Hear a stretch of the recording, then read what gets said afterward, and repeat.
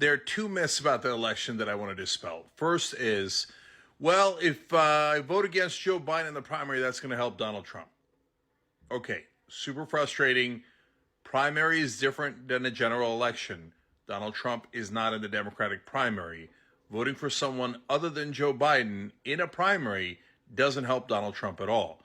On the other hand, running a guy who's 81 years old, that 77% of the country doesn't want to run, that is deeply unpopular, might help Trump a lot. Okay, but understand, Trump not in the Democratic primary. You cannot help him in any way, shape, or form there.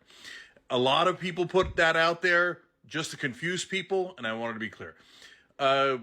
Giant mythology number two is they say, well, the race is already over, so the voting in the primary doesn't matter. That's not true at all. Voting in the primary matters a lot. Why? Now there's a theory out there that is buzzing in Washington. Ezra Klein did a podcast about it for the New York Times. Politico wrote about it, that Joe Biden might drop out after the primary. Now, is he going to collect the most amount of delegates? Very, very likely. But if a progressive candidate were able to collect delegates, that would give them power and leverage that they could use for progressive priorities. For example, ending the bombing of Gaza.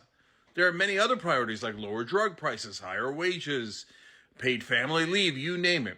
We could negotiate for one of those with the power that we have if we accumulate our votes in one place.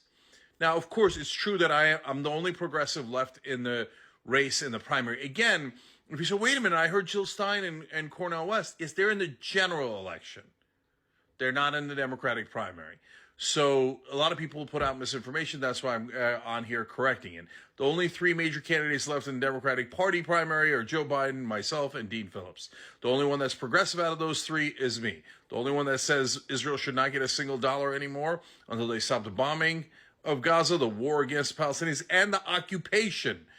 So let's accumulate our votes, our delegates, and our power in one place.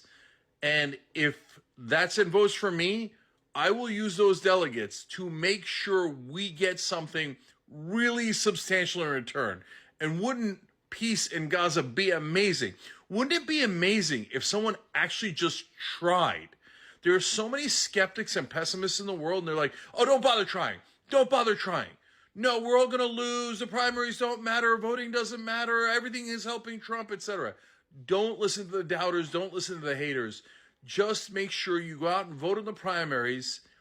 And hey, if you think it may, oh, look, I love Joe Biden. I think Joe Biden's got Gaza figured out. I think he's got all the progressive. Then okay, go vote for Joe Biden.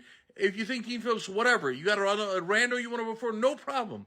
But don't throw away your power, especially when your only two options aren't awful options, right? A lot of times you go into a general election, you're like, oh, awful A, awful B. In a primary, you've got a lot of great options. And if you don't like the three major ones, go find someone you love. But please don't throw away your power. Use it. As the jacket says here, get caught trying, Operation Hope. I love it.